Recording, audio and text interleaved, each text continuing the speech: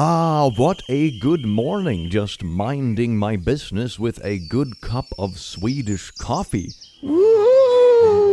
Oh no, I am being haunted by an adorable ghost mango plushie.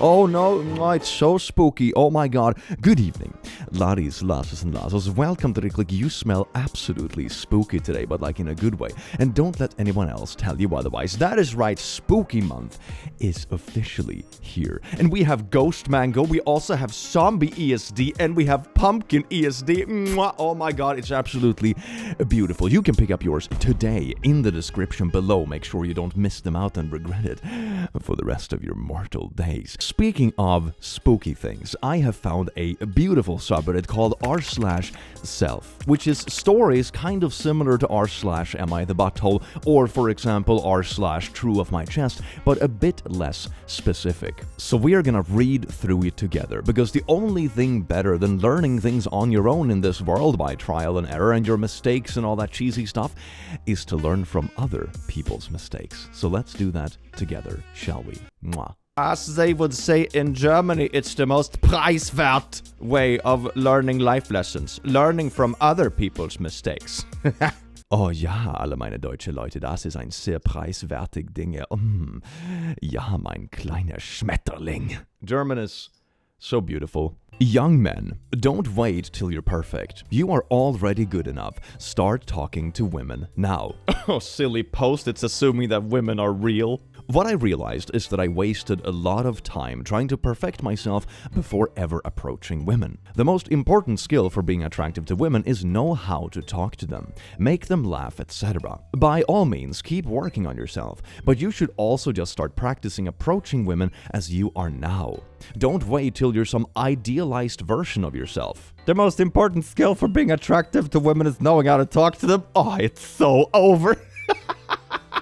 Ah, the positivity. I understand the sentiment, but I don't really agree in some cases.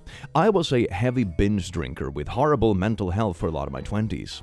I also did not date at all. There was no chance of me even being successful at my lowest point. If you look at yourself and don't think you would date someone that is your equivalent, then you probably need to work on yourself first. I think topics like this are incredibly interesting because they're really nuanced, right? And the thing is that you shouldn't try to be perfect just to approach people.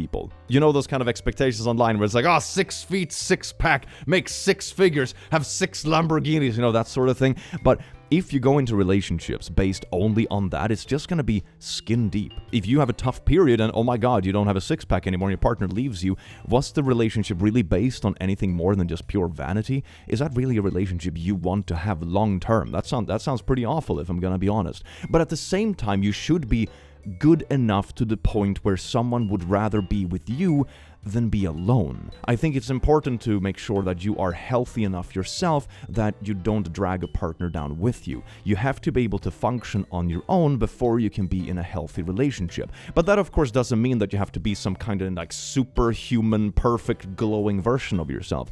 It's all like very nuanced. And I think this comment puts it pretty well. And it's important to be able to be fine on your own before you can be in a healthy relationship. And then you can build something together and it's gonna be beautiful. But you don't have to be perfect. And that also means that your partner doesn't have to be perfect, at least in like an objective sense, you know? And no humans are. And we all have like compromises in life. It's good periods, bad periods, and so on and so forth. Not having to be perfect for each other, but be good for each other, I think is very important. I asked a really sweet guy for his number. After having virtually no human contact in the sense of a relationship for 2 years, I asked the man for his number. He worked as a car mechanic where I went once for a problem with my car. He was really sweet, and I could tell he tried to explain it as simply as possible and answer all my questions and doubts without making me feel stupid. After I left the mechanic, I kept thinking about him because it's not every day you meet someone who's patient and doesn't treat you like you're clueless just because you're a woman and not familiar with cars. A few days went by and I started to put the whole thing behind me until my car decided to start causing problems again. Instead of being annoyed, my first thought was, this must be a sign from God who wants me to see him again. Oh God, you little matchmaker, cutting my brakes. Oh yes, indeed. I couldn't help but smile at how dumb it sounded in my head at first, but to be honest, I was glad for the damage. So I took my car back to the same car mechanic. When I walked in, he immediately recognized me and smiled, which made me feel a lot less awkward. We talked about the car issue again after he was done explaining what needed to be fixed. I finally decided to ask, could I maybe get your number so I could give you a call if the car keeps giving me problems? Just in case, you know. Oh, when your ultimate wingman is a broken car? Man, I love this. This is so wholesome. He then smiled and said of course and entered his number into my phone. I gave it a ring just to be sure. I wanted to be sure that it really was his number. A few days later I received a WhatsApp message and it was him. He wrote, just checking in to see if your car was behaving. We ended up chatting for a bit and then after some while he finally asked me if I'm down for an ice cream and walking in the park date. Not really his words, but basically what it is. We arranged to meet on Wednesday after both our work days because the weather is supposed to be nice. I am really excited about it. At the wedding, he will finally admit he sabotaged your car so you'll come back and see him again. I wouldn't even be mad. That's what I call commitment and sheer freaking will. It was God's will. God cut my brakes so I would get together with sweet, wholesome mechanic man. Isn't this beautiful? This is a beautiful story. Oh my God. Love really does come in unexpected places, doesn't it? One thing I realized in life, and this was something I had to re-explore, especially after COVID, and because I am a YouTuber, so I spend a lot of time working on my own business, which means I don't have that many colleagues, IRL for example, is that once you start going out again and doing things, this doesn't only go for romantic stuff, it goes for friends and hobbies and places you want to go to, etc. When you just start leaving the house, things just open up. It's fascinating. For example, I started going to the gym instead of just working out at home, after COVID ended. And then at the gym, in the parking lot, I met an old friend and he was like, damn, me and a few of other old friends have started going to this weightlifting club. Why don't you join us? So I joined that. And now all of a sudden, just because I started leaving the house a bit more often to go to a regular gym, I'm now a member of this weightlifting club where everyone is awesome and friendly and we hang out on the weekends and stuff. It's super fun. The smallest thing when you leave the house can someone just have this ripple effect where life just opens up and you gain new hobbies and new friends and everything. It is really beautiful. It is really beautiful how that works. My girlfriend cheated on me and all my friends knew. Yeah, I figured we had a bit too much wholesome stuff in a row. It was about time something like this came along. I met my girlfriend through my best mate, let's call him Dave. He introduced me to his friend group, and I became a part of it. My now ex-girlfriend, let's call her Emma, was also part of this group. There were 8 people in this group altogether. We were friends for a while. I liked her, and I found out she liked me. Asked her out, and she said yes, and eventually we made it official. We were together for about 2, nearly 3 years, and I was honestly the happiest I have ever been. I thought we were perfect. We never argued, and overall the relationship was great. Well, I thought it was. I was so happy, and in my mind she was the one. I had been thinking about it for a while, but I decided I was going to propose on our 3-year anniversary. I told Dave, and he was really happy for me. I wanted to arrange something romantic, like on the beach or something you see on YouTube of those perfect proposals. I wanted it to be something we remembered forever. I wanted all my friends to help arrange everything. So I arranged to see all of them, excluding my girlfriend of course, and I told them I was planning to propose. I was expecting the excitement and happiness that Dave showed me when I told him. But they all kind of looked at each other silently. I knew they were hiding something. It was so obvious. So I asked what it was, and they all said it was nothing, but then tried to pretend that they were happy for me. So happy for you, bro. But I asked them again, and one of the girls in the group's just shouting out that Emma had been actively sleeping with a guy in the group, let's call him Mike, since we started dating. Okay, so she's not just even, okay. So she's not just cheating, random cheating or whatever. It's not like she sneakily downloaded Tinder and just hooking up randomly. She's sleeping with one of the other friends in the group. And no one in the group has the decency to call this out or tell the boyfriend has been led on for 3 years. This group is a total pile of shit, man. Are you kidding me? How do you call these people friends? They were all giggling between each other like it was some sort of joke, which I thought it was to start with. Some really stupid, unfunny joke. I kinda laughed it off, but when I looked at Mike, he just said, "I'm sorry." Wait, so Mike, the guy she was sleeping with, is sitting there in...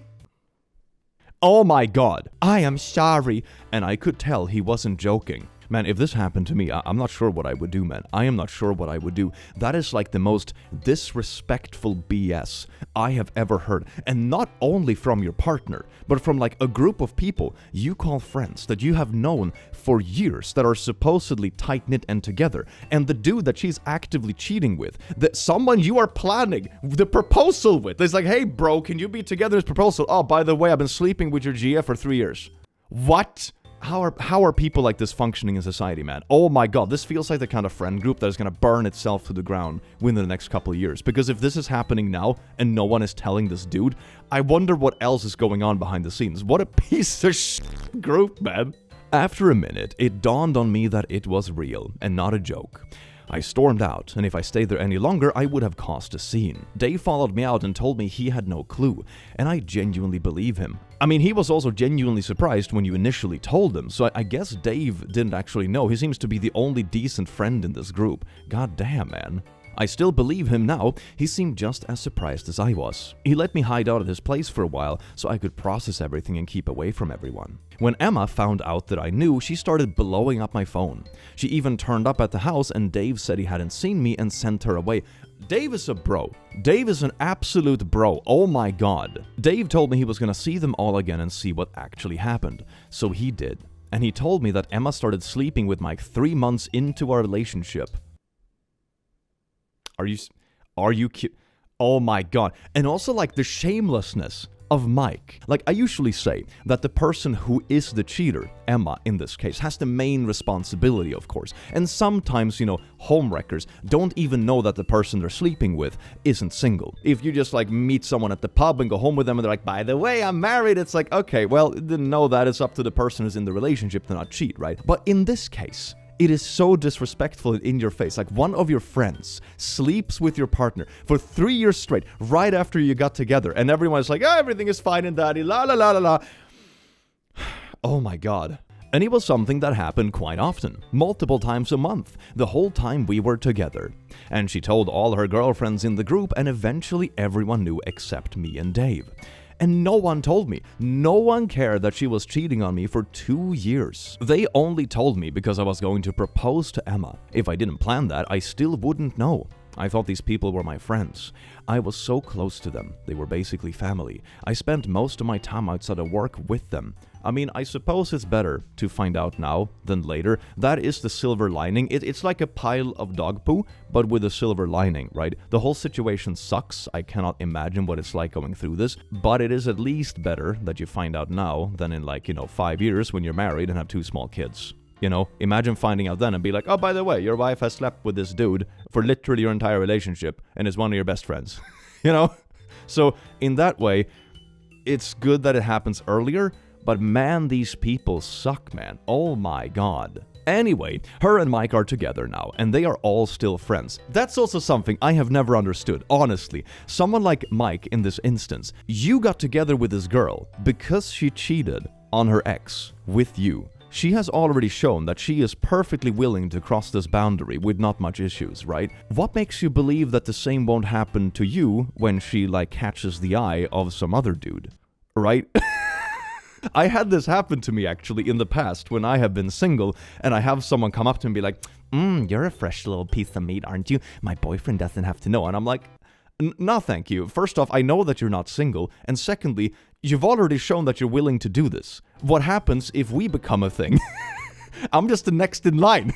What? Why do people go along with this? I still see their social media stories of them all hanging out, and they even tag me in them sometimes, probably just to rub it in my face. Wait, they tag... What is this group of friends, man? This is the pettiest bullshit I've ever seen in my life. I should probably just block them all, but I don't want them to know they're pissing me off. No, just block them. Just block them, honestly. Get them out of your life. Jesus Christ. I don't think I've ever cared in the past about blocking someone and them knowing I blocked them. If this is how they're acting, just cut it off. cut it clean, don't see it, don't look at it, and you can be happy in the fact that in a year or two, you are gonna be happy because you're a decent person and you still have your friend Dave, and you're gonna meet someone who actually values you. And this friend group is gonna burn itself to the ground because you know in 6 months that this girl is gonna cheat on the next person, or Mike is gonna cheat on the next person, who knows? And no one is gonna say anything, and then it's gonna blow up again. And you know, this isn't a stable friend group. This is gonna be the most toxic little group ever, and you got out of it. And that's gonna be their pain in the future, even though it sucks for you now. So no, block everyone, move on. This is not worth even looking at. My God. I am obviously no longer friends with them, and Dave also cut all of them off because of what they did. Dave is a bro. Dave is a real bro, man. So I lost what I thought was going to be my wife, but I gained a friend for life, I guess. Yeah, you gained a friend for life, and you lost someone who wasn't right for you to begin with. Or I would argue not right for anyone, to be fair, but especially not to you, because you seem like a decent person, and they are not. It sucks. It's been months since this happened and it still hurts. I still want to cry so bad, but I've got to keep the no cry streak going, lol. When will I actually get over this? Anyone able to speak from experience? Sorry if it's hard to read or seems unbelievable. It honestly sounds like one of them sad movie plots. As someone who's spent a bunch of years on this planet and gone through a few breakups, the way you move on is to make a clean cut in cases like these. Block them. Make sure you don't see them, don't bump into them, don't go to common things, which it sounds like you already did, but make sure to block them on socials, especially if they keep tagging you. You allow yourself to move on when you detox from it. That's when your body eventually lets go of any remaining emotions or what have you. It can still leave scars. Stuff like this can certainly leave trust issues. I would say talk to someone about it if you want. It can be a professional or a close friend, but talk to someone about it. Process it, cut them off, block them, make sure you don't have any impressions of these people in your life, and don't go looking them up for petty reasons, be like, oh, I wonder what they're up to now. No, they shouldn't be a part of your mind. You have to allow it to be completely out of your mind to detox from these people. That's when you will truly move on, especially if they keep tagging you in photos and reminding you of the whole thing. The moment you block that is when you will really start healing, because that's when you're starting your detox from this awful situation. I wish you all the best. This really sucks. I am the kid of one of those traveling RV families online, and I hate them for it every day. Ah, yes indeed, another beautiful vlogger family. Turns out the kids don't like it after all. Who would have thunk it? My parents decided when I was only around 7 years old, far too young to get an opinion on anything, to pack us up and move us into an RV to travel around the US.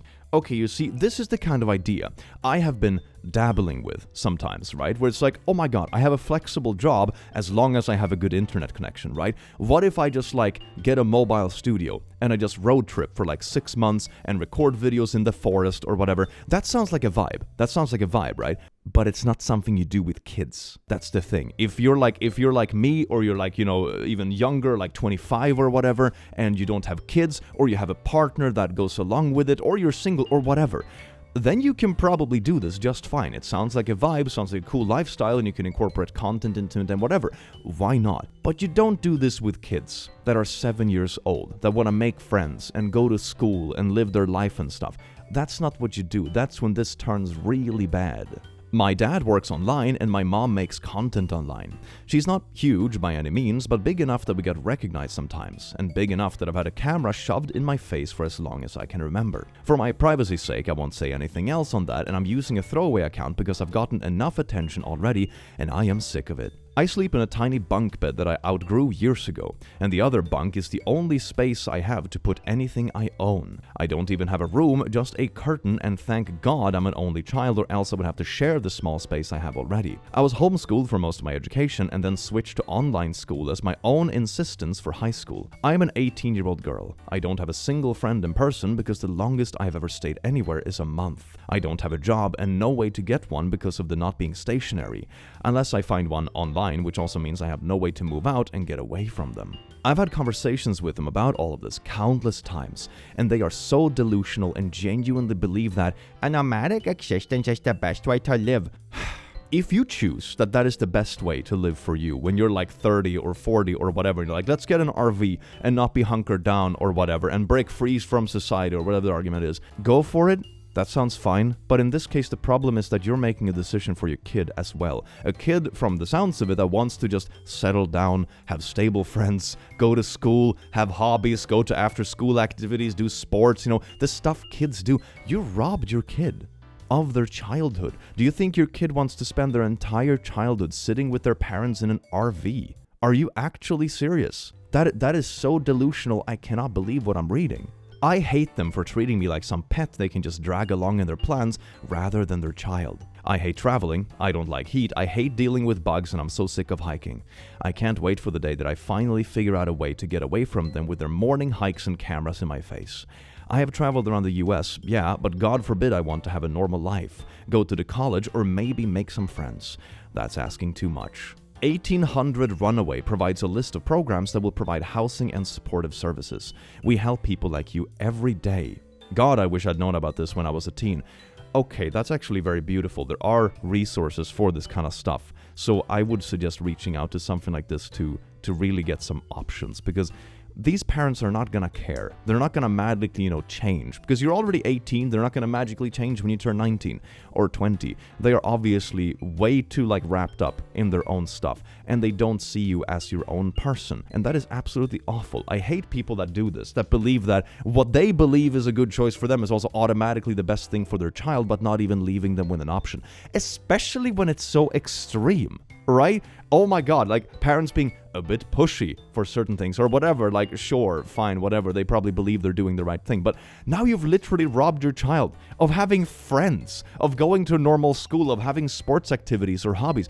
Bruh, do you really think your child wants to spend their entire life with you in an RV? What? Huh? This is definitely one of the dark sides of online content, that kids get turned into monetization machines, that it's about having a family for the camera, not about having a family for having a family. And that is so sad, man. It is so sad. I'm starting to wonder why YouTube allows these sort of channels in the first place, because I keep seeing stuff like this pop up where it's just the most awful thing ever. My god. Had an experience with a nice guy today, and I am shaken up. Oh yes indeed, my lady. It must be that you're so shaken up because you didn't realize that nice guys such as me actually exist. And you're like, oh my god, I wasted my life chasing the bad boy Chad. But now when I met this nice boy, I realize how much time is wasted because she's flabbergasted about my niceness. I don't think that's where the story is going in the least, but let's dig into it, shall we? So I met this guy online, and at first he seemed great. He was handsome, and most importantly seemed sweet and understanding. In fact, I was puzzled on how someone like him could still be single, because he seemed to be the whole package. It's because nice guys finish last. Alright, he had a large friend group of friends, which also made me question further how he still hadn't found the GF. But I brushed it off. Maybe he just hadn't connected with someone on a deep romantic level yet. I developed a small crush on him. I mean, that first benefit of the doubt is valid, I suppose, because it could be anything. It's like, oh, they got out of a long-term relationship that ended badly, and they just wanted to be single for a while, and now they're finally ready to get out there. Or maybe they have trust issues from previous things, or maybe they just hadn't found the right person yet, or, whatever. There are explanations for it that would be valid, but I'm assuming it's not gonna be quite that. Unfortunately, this stupid schoolgirl crush of mine meant that he made me nervous. So he sends me a message and I leave him on read. But it was because I was giddy and nervous thinking about how to reply later on. Well, when he saw that I had left it on read, he completely blew up. He started berating me by calling me a birch, telling me frick you and to frick off. I told him his reaction was unhinged and scary. I wish I just silently blocked him, to be honest. To which he replied, "Then don't do it again." If my blood had already gone cold, that response finished freezing it up. I quickly blocked him. I know it may be stupid to be so shaken up, and this is probably something every woman has dealt with, but the sudden switch was jarring. Even if it is something that happens to a lot of people and women, it doesn't mean that it's something that you can't be shaken up about. It is a jarring experience when someone just rips their mask off and does a completely 180 with their mood like this. At least they showed you this very early on. That's the one decent thing they did, They were really waving the red flags very visibly, but oh my god, then it makes perfect sense why he was single, huh? It was like Jekyll and Hyde. This situation has kind of scarred me a little bit, because I already find it so hard to trust men as it is. I don't hate them, I want to love men, and I want one to love me. but I always have these bad experiences with them and it breaks my heart. And thank you for all the supportive comments. I got an avalanche of them, and now that the post is locked, I cannot reply to them. But I am pleasantly surprised with all the support, advice, and for those of you who shared your own personal stories too. I also got some DMs. They were quite a bit, and I will get to them. Just please don't scream at me and insult me if I take a bit to do so. One thing, which is a quote I don't remember where it comes from, but it's this like little piece of wisdom, and it's that one of the... Why is there a bee in my room? Free pet, I guess. My god, let's see if I get stung at some point during this video. That is an exciting little extra piece of adrenaline. But what I was gonna say, before I got a free pet delivered to my window, is that someone told me once, and I think this is more of a famous quote kind of thing, it's that one of the best grades, one of the best stamps of approval you can get as a man looking for a woman as a partner is the approval of other women. If other women has already showed that you are a decent person and they trust you and that sort of thing, that is one of the best things that you can get as a man. Being wingmanned by a woman is like the best thing ever. Like, you know, if you have a female friend that really trusts you as a man, and she's like, oh, I'll get you together with a date with another woman friend of mine. That's like one of the best stamps of approval, because like, hey, fellow woman, this man is trustworthy from a woman's perspective. That's one of the best things ever. And I'm starting to wonder if this man actually had, for example, female friends. That's like a really interesting thing I would like to know about this story. If other women hadn't seen this, which would surprise me, because usually like women, especially in groups like this, have a pretty good like vibe of people like this, or if the group was only consistent of like other dudes. Because dudes can sometimes be less in tune with this sort of behavior than women, and it is because dudes like this nice guys, don't let this sort of mask slip in front of other men. They typically only do it with women. So it is understandable to a certain extent, don't get me wrong, but the approval of other women is like a key factor in these kind of situations. So that's like a little piece of wisdom that I learned throughout the years. Got dumped because I wouldn't sleep with her. So I, 22M, was seeing this one girl, F23, for the past 2 or 3 weeks. We went on 3 dates, and the first 2 I felt went well enough, but just before the third one, she found my friends and starting telling them how I am a ball-less virgin who wouldn't make a move. Wait a second, so... You're 2 dates in with this girl. You're not even together or anything. She hasn't met your friends, she hasn't met your family or anything, and she finds your friends just to insult how, like, I don't know, you didn't like drive her through a wall or whatever on the second date. Run! Holy shit, run! What is this girl? Oh my god, man. This, plus on the third date, she just kept roasting me the whole time. Told me I'm not even a real man because I wouldn't sleep with her.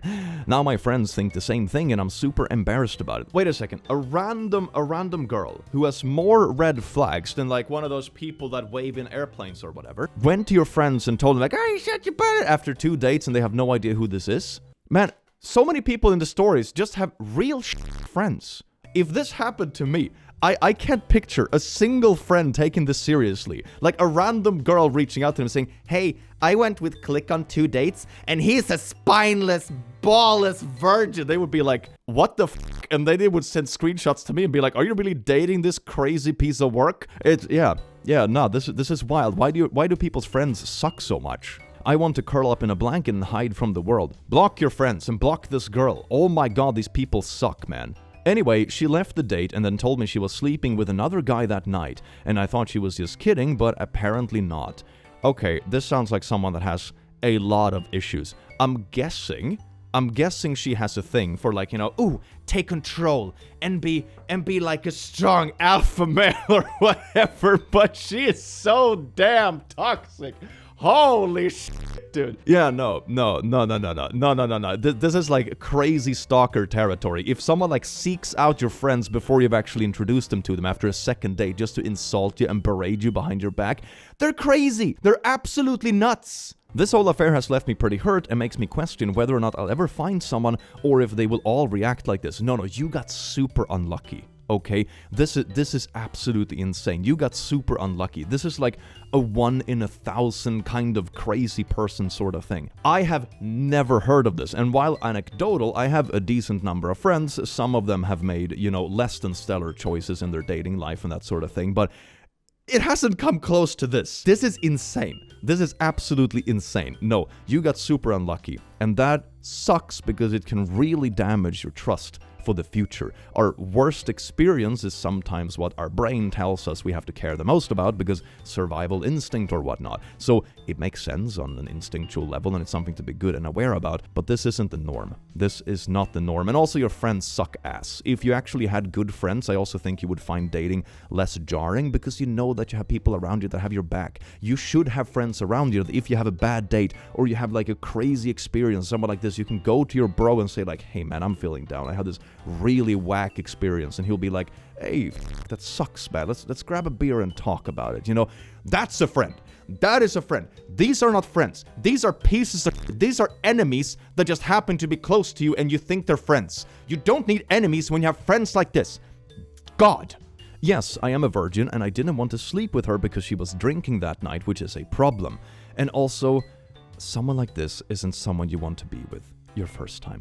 It's okay to be like nervous and uncertain your first time, okay? That goes for everyone. And you want someone that is like understanding and is excited for you. Like someone that you would actually want to be a partner, even if it doesn't turn into like a super long-term thing. They'll be like, oh, it's your first time. I'm actually your first. Damn. Okay, let's make this a good experience and like take it slow and go through it and learn the ropes, etc. This kind of person, it's not someone you want as your first one. Because even if you had gotten pressured into going through with this, which of course I'm really glad you didn't, this would have completely cursed your experience. If your first time would have been with someone as crazy and disrespectful as this, that could have completely like cursed your experience of intimacy for a long time. So in that way, you should be proud of yourself for saying no to this person. You should find someone you want to do this with for the first time that you actually feel comfortable with and is understanding. And that goes for everyone. I know nowadays it's really popular to like subscribe to, freaking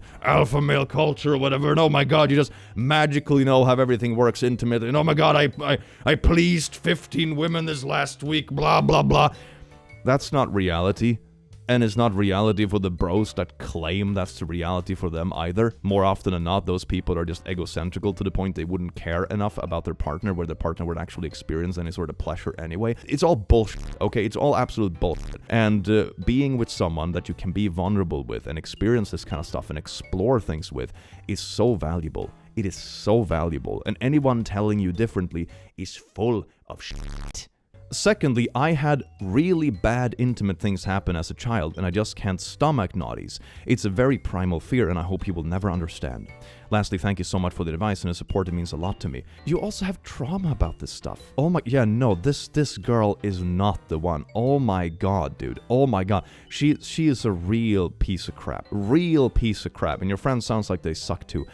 I do hope you're able to work through it. I really do. I cannot imagine what that is like. But experiencing something like this, when you already have this trauma from previously in your life, oh my god, that must be the worst thing ever. I'm really sorry to hear that. I do hope you're able to work through it, talk to someone, and finally find a partner that is truly understanding and appreciates you for you and that you're allowed to be vulnerable with and doesn't pressure you to do things on like the first date if you don't want to. Because that's not a reasonable thing to ask for anyone, okay? And that's not something you should ever feel pressured to do. Girl asked me over to her house, but I am a virgin. Hello. So a girl I went on a date with asked me to come to her place to watch a movie. I am 25M. Does anyone have any tips for this? I don't want to disappoint her, but also don't want to let out I've never been with a woman naughtily. I have got no experience, and as a 6'5" muscular guy, I feel like she might think I'm pretty experienced. Any tips will help a bunch, so I am nervous. I lost mine at 24. It helped that I was honest about not having experience. She had plenty. She took good care of me, and if this girl likes you, she will as well. I lost mine at 22. I did not tell her she was my first, and that's probably why I didn't enjoy it. We didn't speak afterwards.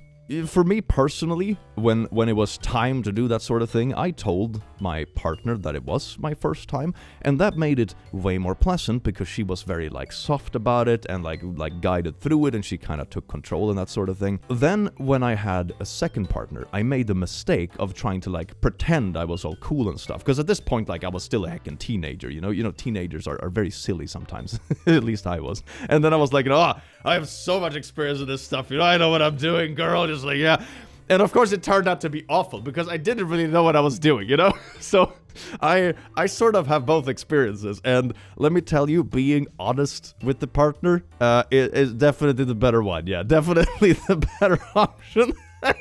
Oh my god. So if she actually likes you and if she genuinely cares, she will not have a problem with that. If anything, she probably finds it intriguing and really sweet. If she really cares and if she likes you, she will take it very positively, okay? And you should not be insecure about that. My ex-girlfriend cheated on me because she said I am too boring. My ex-GF and I dated for almost a year. I thought we had a good relationship. I always respected her and treated her the best I can. Even so, she ended up cheating on me. She just confessed one day that she had been sleeping with a guy from her college for a month, and she caught feelings for him, so basically left me for him. Okay, even if she wants to use the argument that, the relationship doesn't have as much oomph, or like the spark isn't there or whatever, that's fine. People fall out of love sometimes. Sometimes relationships, you don't have enough in common, or it just isn't fun enough, or like whatever. It can be any reason. But what you don't do is cheat and then break up. If you truly feel that way about a relationship, you break up first. Okay? This is not a decent thing to do. What really hurt was her reason for leaving me. She said that I was too boring and didn't bring any emotion to her life. The worst is that she is right. This isn't the first time I hear that. I'm not exciting or emotional person. I'm really introverted and not really outgoing. The most exciting activity I do is go hiking, but not much else. Most of the time I spend is working on my animation career, learning and doing projects, so most of my days I'm just drawing in my house.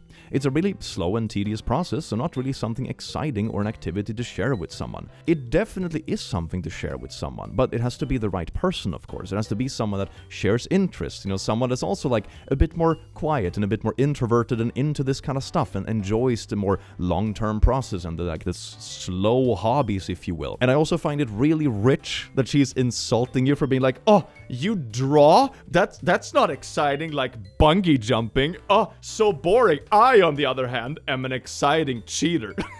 It's like, okay, yeah, if this is what you want to label as exciting, you can keep it, girl. God damn. She is really more outgoing than me, and I was totally in if she wanted to go somewhere. I have never denied her anything, but I was never original or proactive in my date's ideas. Then it sounds like it wasn't like a good match to begin with, but it's still very ironic that she starts insulting you when she is like way worse, like not having the same interest on a subjective level. Like, I am more outgoing, or one person has more social batteries and wants to meet more friends than the other one, or whatever. That is fine, and depending on what level it is at, it's something you compromise in the relationship, or you acknowledge that you're too different and you find someone else because that's the best thing to do for both people. This can happen one way or another, and it's a very nuanced subject, and there isn't one solution for everyone. But it's pretty rich that she starts insulting someone who is obviously working on their skills and hobbies and everything. Oh my god, I'm so exciting and I cheated. It's like, bruh! These people, man, oh, Jesus Christ, they're so self-centered. They're like main characters. How could you try to twist this into being like, cheating was like the good option? You like to draw? Well, I'm an exciting cheater. I don't think these people have ever actually reframed their wordings, because it sounds insane when you do. Since then, I have been really depressed. I know she's right about me. No, I'm a boring person. No, you're not. You are not. You have so much going for you. You have hobbies and everything. Not every interesting person is an annoying loudmouth like me, for example. That's not a thing, okay? That's not a thing. And the key is that you find someone that appreciates you for who you are. And of course, this is easier said than done, because when she's the one who broke it off and stuff, you feel like you're, one step below to begin with. You have been dumped, and so to say. She's a cheater, okay? She jumps between people, not breaking up, not being honest. Her moral compass is completely f***ed, and she insults you while cheating on you. This isn't a person whose opinion you should value in the least. You're not like a boring, depressing person. If you're introverted and you prefer nights at home and you like drawing and stuff, there are so many people you would match perfectly with. I would imagine that maybe it's slightly harder to find them, because those wonderful people would also spend less time outside and in these very social contexts, of course, because they're like you. But going to places where you can find these sort of people, I think will really open your eyes to most people aren't like her. Thank God, Probably I wouldn't know to put a number on it, but I wouldn't be surprised if a third of people out there are just like you, You will find someone, and you are perfectly fine as you are. I mean, you have hobbies and aspiration, and you're skilled at things, and you're honest, and you're sweet. You'll find someone. It's not her, and she's probably not right for anyone in her current state at least, but you are, for sure. Don't let someone like this talk down to you, because, my God, they don't have the moral high horse to talk down to anyone. My God. I opened up to my GF and she dumped me. I have been going through a lot of poo lately. I don't really want to say what, but my life has honestly been crap. I have never ever spoken to anyone about my mental health or my feelings before. So it was really hard, but I needed to talk to someone. I couldn't handle everything anymore. My girlfriend knew I wasn't happy recently. She kept asking me what was wrong, mostly because she thought I was upset with her. I ended up talking to her about everything. She just sat there and listened, which is what I wanted. I just wanted someone to listen to me. Everything seemed to be fine at first, but the next day she was acting really off with me, and I didn't know why. I asked her and she just told me she wasn't feeling very well. The day after that she broke up with me. It seemed out of the blue to me at the time. I had no idea why. So now my life is even more poo than it was to start with. That was a week ago, and a few hours ago a mutual friend told me she said she broke up with me because seeing him cry was such a turnoff, and she didn't know I was weak. Apparently her and her girlfriends were all taking the piss out of me. I literally have no one to talk to, and the only person I honestly felt comfortable enough with dumped me and then started talking poo about me to her friends. Okay, it does feel like you lost something. You really didn't. You really, really didn't. She at least showed her true colors. And now you can find someone who is actually good for you. When you open up to someone, that is something that brings you closer together. This isn't someone for you. This isn't someone for anyone. My God, does she think that people doesn't have emotions? This is those kind of parody people you see on social media. It's like, oh my God, a man should pay for everything, never have emotions, and blah blah. And then I bet you she's like virtue signaling on some social media the next day, being like, why do men never show their emotion? You didn't lose anything. I know it sucks right now, but you did not lose anything.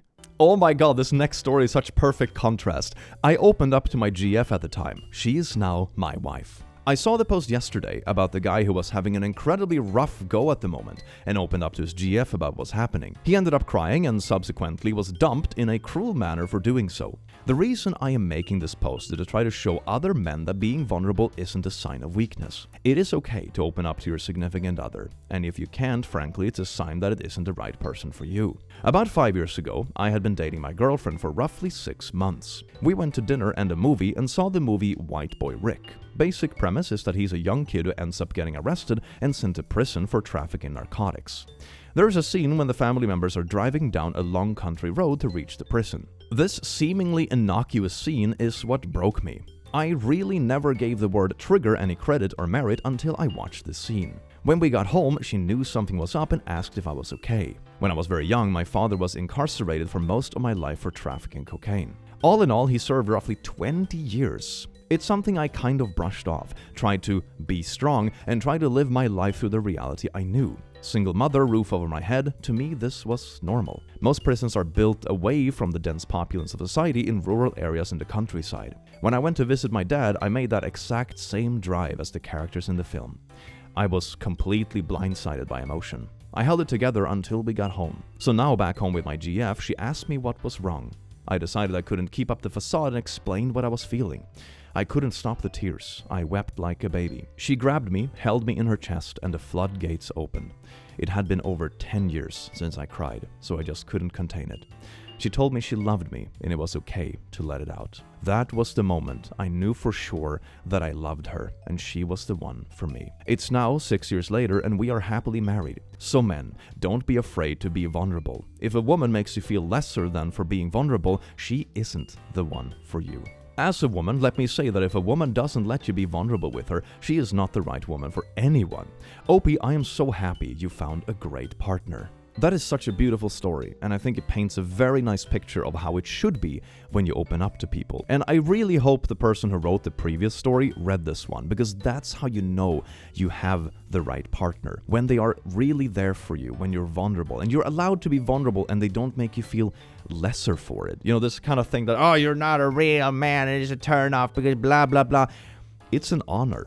it's an honor. If someone feels this way and they are able to be vulnerable with you, that is like a huge compliment. They feel comfortable with you, okay? And this is what a relationship should be like. And of course, as a side piece, it also comes with nuance. We have read other stories on this channel where like partners are just kind of freeloaders, or, you know, they take their partner for granted and that sort of stuff. And that is not what we're talking about here. You know, there's a nuance between the two. Being able to be vulnerable with your partner is something you should be able to do. But then, of course, there is these other stories where a partner is a freeloader, but that really isn't this. That is a huge difference, okay? So I think it's important to take relationship stuff with nuance. But in reference to the previous story, this is what the reaction should be when you're vulnerable, especially about something so personal that is potentially like a very emotional story or a trauma or a trigger in this case. This is how a real partner should treat you. Well, laddies, lasses, and lassos, I do hope you enjoyed this video as much as I enjoyed having you here. Remember to check out the little Halloween plushies. Oh my god, link in description, available for limited time only. Spooky month.